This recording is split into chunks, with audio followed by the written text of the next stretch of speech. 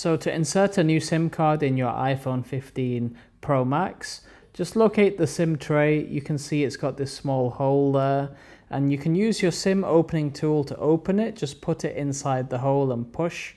You can also use a needle or a safety pin. I'm using a safety pin. So just press that inwards and the tray should come out.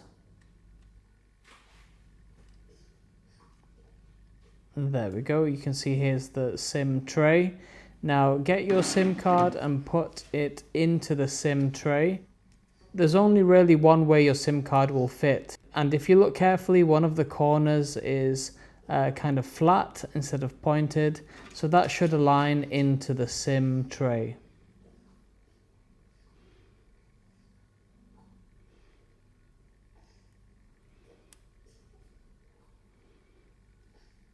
So it should slot in perfectly, and you can see that's now aligned and in place. And then you're going to put the SIM tray with the SIM inside it back inside the phone. There's only one way that this can go in, so just push it all the way in. And there you go. Now the SIM card is in, and now you're ready to set up your phone.